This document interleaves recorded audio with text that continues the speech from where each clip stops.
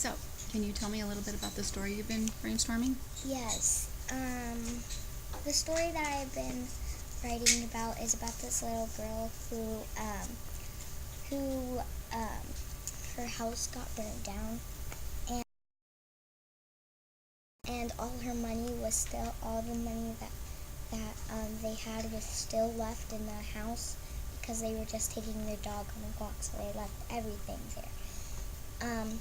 And then instead of living on the streets and living somewhere where they don't think that they want to be, they live in a zoo, and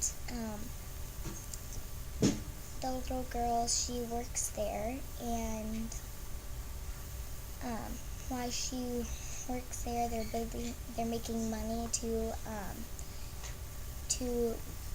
get a house,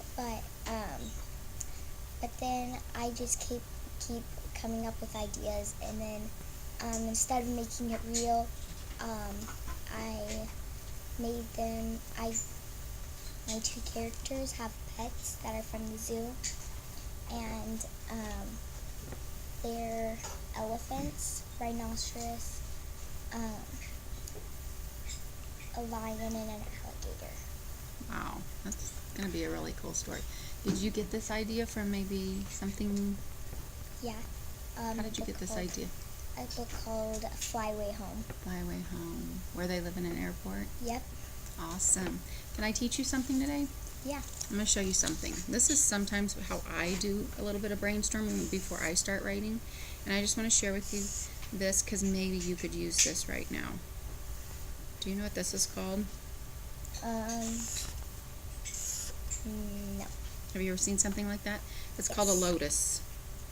Have you ever heard the word lotus? Once. Did you hear about it in second grade? And in the middle of the lotus, we would put like the main idea. So you might write in the middle, what is the main idea of your story? The main idea is the main idea of my story is they're trying to build a new home, but the daughter doesn't want to because she loves the zoo, she loves where she works, she doesn't want to leave her animals. Okay, so you would write that in the middle here. And then in each of these squares, you might, like, this might be the setting.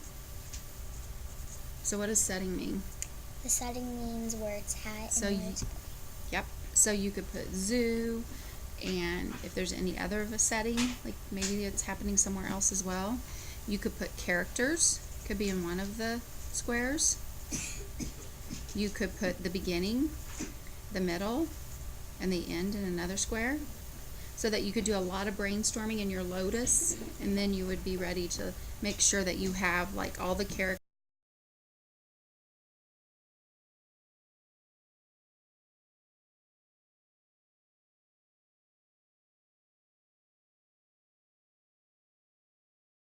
And needs a problem and a solution. It doesn't always have to, but for the most part, yes. But what does a narrative a beginning, mean? middle, and end. And Characters and settings. yeah. The reason why you need a beginning, middle, and end is to tell that's how you. It's what a book is about. It's what a book is made, how it's made. So there's a beginning where it's just the part, just telling a story, and then the middle is the problem, and then the end of this is sometimes the solution. Sometimes the solution. And it might even have some sort of a moral to the story or some sort of emotions. How do you think your characters are feeling? Well, so that might be something else we put in one of these boxes is how are the characters feeling? What are their emotions? Their emotions are the only emotions I have in here is sad, happy, confused, Ooh, and I love that emotion. And upset. Because on the way while I'm writing this, I'm coming up with pictures that I can write on my book. Awesome. And I just keep, while I'm reading, there's some books that I have in there that are kind of connecting to my book. So I'm figuring out a lot of things that I can write and a lot of pictures that I can write. Awesome. So So do you think this is Lotus is something you might be able to use Yeah. while you're working? Okay, so let's put this right here in your little. Ugh, these are hard to undo. Yes, they are. We'll put